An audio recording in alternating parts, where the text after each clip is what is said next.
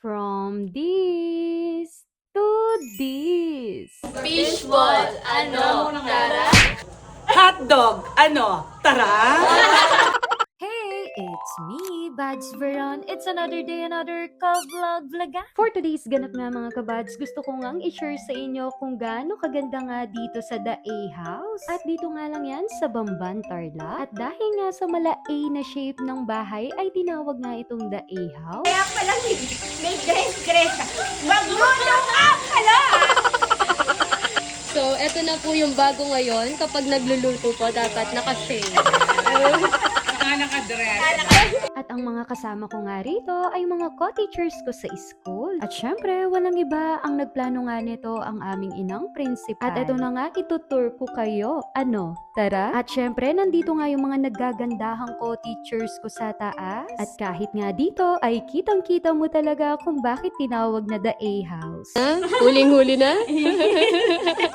O, diba? Ang ganda ng tanawin kasing ganda ni Ma'am Cams. Kami, tapos gusto ko yung emoji, yung nakaganon na ba? Ay! Lagi rin nakaganon, huwag mong i-upload.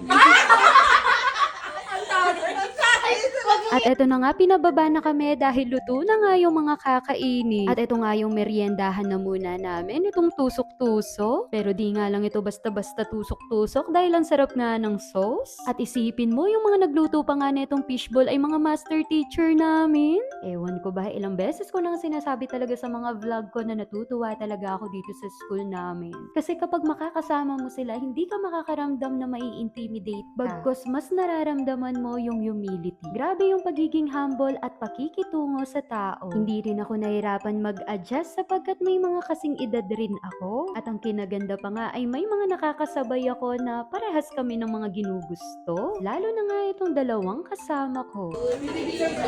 Fishball, ano, Tara? Ano, Tara? Ay, ulit Tara. Hotdog, ano, Tara? Hotdog, ano, tara?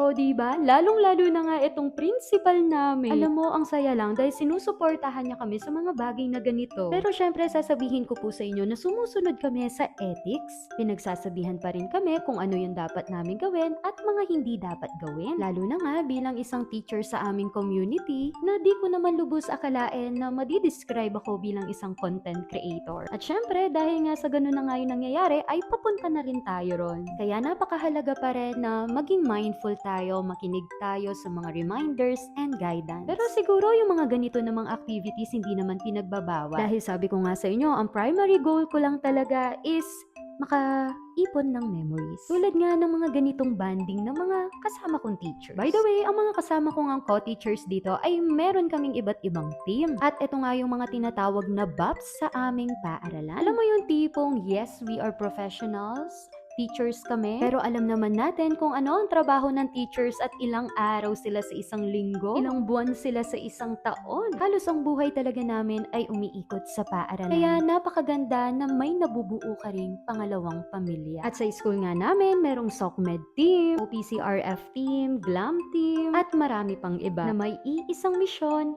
para sa paaralan at sa mga bata. At sobra ko ngang na-appreciate itong mga kasama ko. Lalo na yung principal namin na nabibilib ako sa kanya. Ang galing niya, paano kami pagsamahin, paano siya makisama, at paano niya alagaan yung mga nasasakupan niya.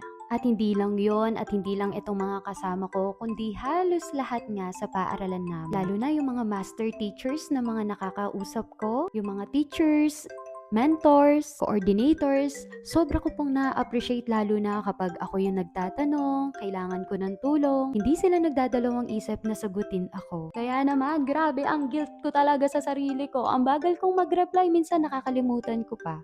And praying ngayong school year na ito matuto na akong agad mag-reply.